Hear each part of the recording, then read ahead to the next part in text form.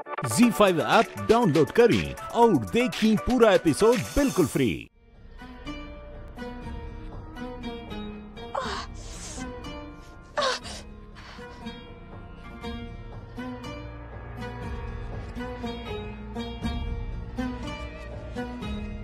हे भगवान, ये तो हमरा के बहुत ज्यादा दर्द होता। हम तो चल भी ना पावते। हम घरे कैसे जाए?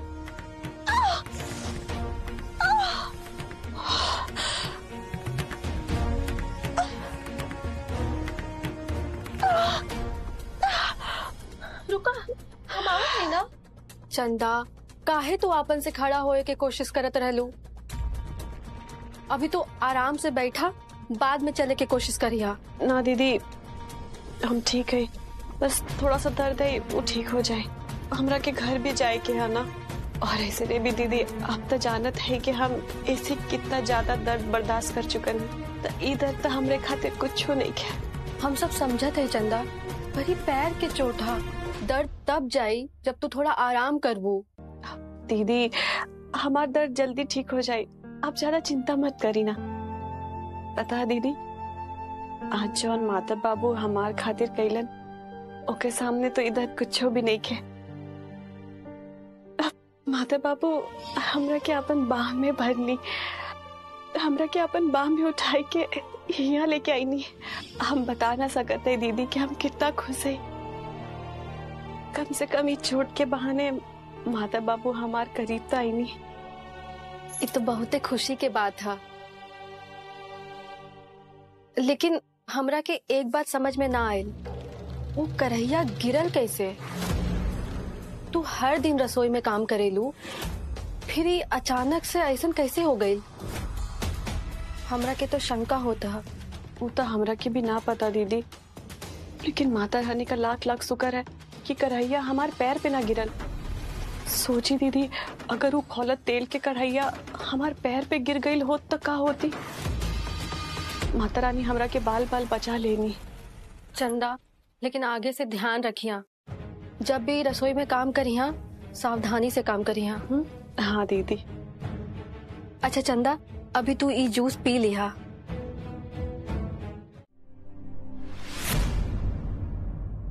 अमर जी, आपको खाने में तो बहुत व्यंजन पसंद है, लेकिन ये बर्तन साफ करने में तो एकदम नाकाम हो गए आप।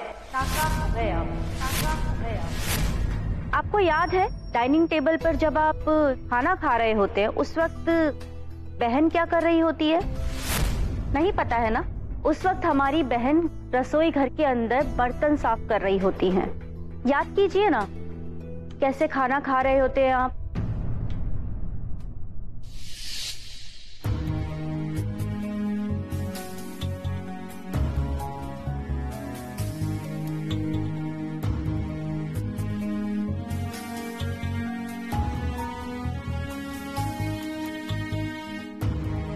पीहू के पापा, रवा खाना खाई, हम बर्तन मांज के आवत बानी। जगत भैया, रउआ का कहल चाहता नहीं? अमर भैया पहला बार हमनी के बड़ भाई पहला बार ही घर के पूरा जूट के बर्तन धोआ तारे। रउआ का कहल चाहता नहीं? मतलब तू हमरा के रिकॉर्ड कर रहा है? अरे हाँ, सुंदर भी लौकता नहीं। एक मिनट ठीक है। हाँ हाँ, एक बात कही, ये जवन यहाँ जब मनमोहक दृश्य चल रहा बानू, वो बहुत ही अच्छा बा, बहुत आनंद आ रहा बा। लेकिन एक बात समझ में नहीं आवत, जौन अमर भैया छोट छोट बात पे आरती भाभी के ऊपर हाथ उठा देत रहलन, वो आज ठीक से बर्तन भी नहीं के साफ कर पावत। अरे काहे? ये तो पॉइंट वाला बात रहुआ एकदम सही करी है। बाबूजी, अब रहुआ बताएं कि अमर भैया मतलब अमरेंद्र तिवारी और सबसे बड़ सपुत्र, कि तिवारी खानदान के सबसे बड़ लड़का होके पूरा तिवारी परिवार के जूठ बर्तन के धोता रहे। वो तो अलग बात बा कि यहाँ के मतलब अच्छा से बर्तन भी साफ करे नहीं के आवत। लेकिन ये बताएं बाबूजी, कि रउआ देख के कैसा लागता? जौना हाथ में कबो गन और पिस्टल रहत रहे, वो हाथ में आज बर्तन देख के रउआ कैसा लागता? का रउआ सोचता नहीं? बताई क्या रहा? हाँ बताई ना, कैसा लागता? अरे हाँ बाबूजी, उठाओ फोटो खींच खींच। हाँ खींच वीडियो बना बता रहे। अब वीडियो बाबूजी बढ़िया से ली है। बहुत बढ़िया होता।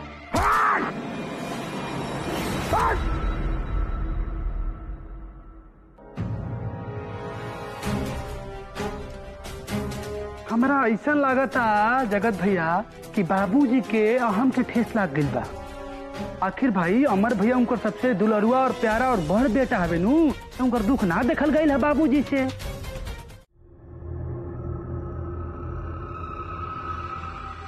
चाची जी बस ऐसे ही अपना खुले रहे, काहे कि कुछ देर में ना रउआ के जौन देखे वाला बानी ओकर बाद राउर मुंह अपने आप खुलल रही दे। आज राउर इतना दिन के बाद चलल जो नई नाटक बटे ओकर अंत होखे वाला बा।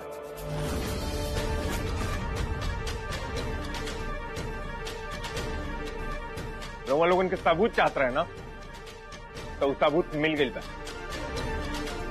और वह सबूत साबित करी कि रितु के जान से मारे के कोशिश करे वाला इंसान के हुआ ना, बल्कि रज्जो चाची हुई। मिथिलेश भैया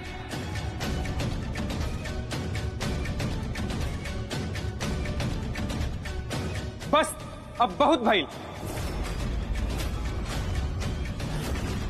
रउआ इतना दिन से रितु भाभी के बात में हाँ मिलावत रही, लेकिन अब रउआ भी रितु भाभी के जैसे हमारे माई पे उल्टा सीधा इल्जाम लगावे लगनी।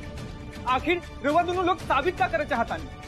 हम परेशान हो चुकल बानी कि रोज रोज के अपन बीमार माई के ऊपर उल्टा सीधा इल्जाम सुनत हम थक चुकल बानी। हम अब हमरा के बर्दाश्त नहीं के हो। देखा गोपाल, हम खूब बढ़िया समझ सकत नहीं कि तारा ऊपर का बीतत, लेकिन हम बिना कोनो आधार के तारा माई पर आरोप नहीं लगाओ। और हाँ, अपन बात साबित करे खातिर ना हमारे लगे पुख्ता सबूत भी बा। माई देखा इस साड़ी के टुकड़ा, एकरा के देख के कुछ याद आवत तारा के?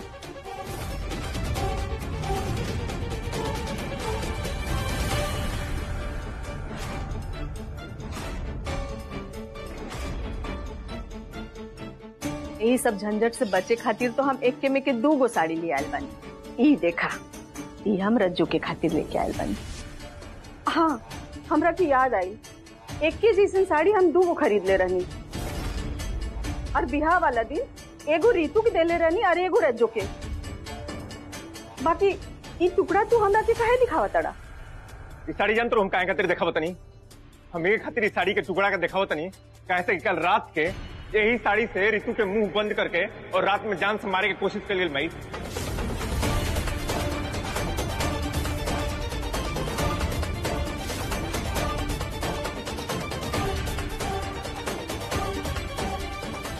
रउआ लोग बिल्कुल सही सुननी, कल रात के यही साड़ी से जान से मारे की कोशिश कर ली रितु के।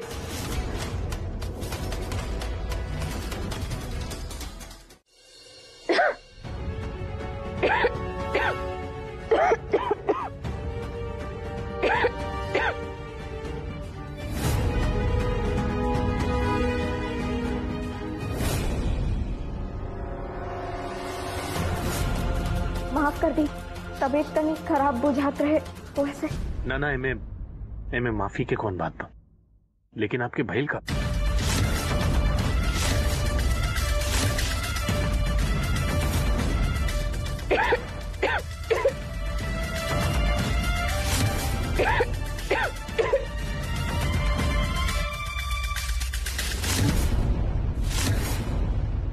माफ कर दी,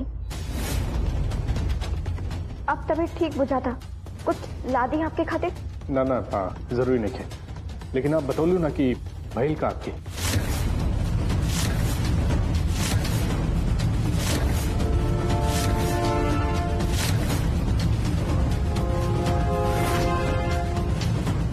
छोटा मालिक, वो काम के इतना दबाव रहेला ना, ऊपर से इतना गर्मी और रहे के चूल्हे के आगे, बाप रे, एक तो खाली तबीयत खराब बा, कितना के तो जिंदगी खराब हो जाला चूल्हा चौका के चक्कर में।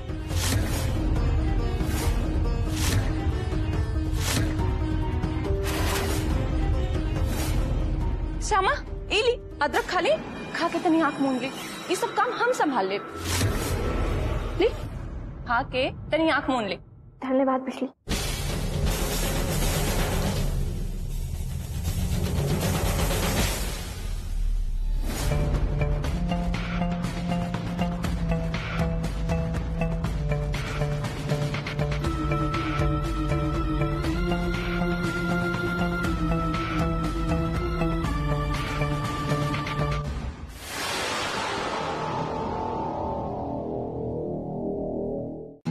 ZEE5 ऐप डाउनलोड करें और देखें कुल एपिसोड एकदम फ्री।